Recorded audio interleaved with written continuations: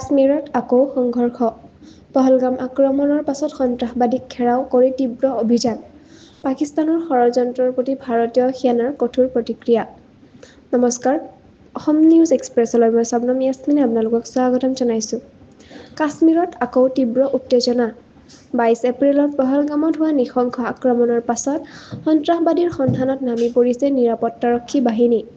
ইতিমধ্যে সন্ত্ৰাসবাদীক ঘেৰি চলিছে গুলী বিনিময়। এই আক্ৰমণৰ আঁৰত আছে হাছিম মুছা, যি পাকিস্তানৰ নাগৰিক আৰু SSG বাহিনীৰ প্ৰাক্তন সদস্য। মুছাই লস্কৰ-ই-তৈবা সন্ত্ৰাসবাদী সংগঠনৰ সৈতে মিলি ভাৰতীয় ভূখণ্ড অশান্তি সৃষ্টিৰ ষড়যন্ত্ৰ আঁটে।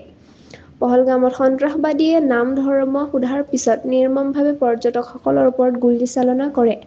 ফলস্বৰূপে 26 জনৰ মৃত্যু হয়, যাৰ অধিকাংশ আছিল হিন্দু পৰ্যটক। আক্ৰমণৰ পাছত ভাৰতজুৰি পাকিস্তানৰ বিৰুদ্ধে তীব্ৰ প্ৰতিবাদ দেখা গৈছে।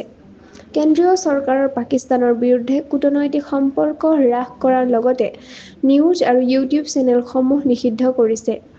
সিন্ধু জল সন্ধিও সাময়িকভাৱে স্থগিত ৰখা হৈছে।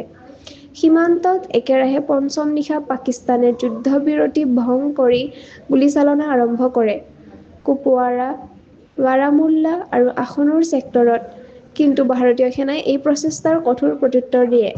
প্ৰতিৰক্ষা বিভাগৰ মুখপাত্ৰই স্পষ্ট কৰে, 28 ৰাতিপুৱা আৰু 29 পুৱা অবধি পাকিস্তানে নিয়ম উলংঘি গুলীচালনা কৰে, কিন্তু আমাৰ সেনাই সাহসেৰে প্ৰতিশোধ লয়।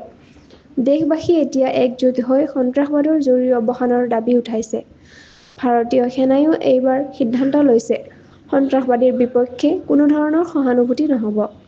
এনেধৰণৰ খবৰ পাবলৈ অসম নিউজ এক্সপ্ৰেছ চেনেলটো ছাবস্ক্ৰাইব কৰক, লাইক, কমেণ্ট, শ্বেয়াৰ কৰিবলৈ নাপাহৰিব। লগতে কাষতে থকা বেল আইকনটো দবাবলৈ নাপাহৰিব।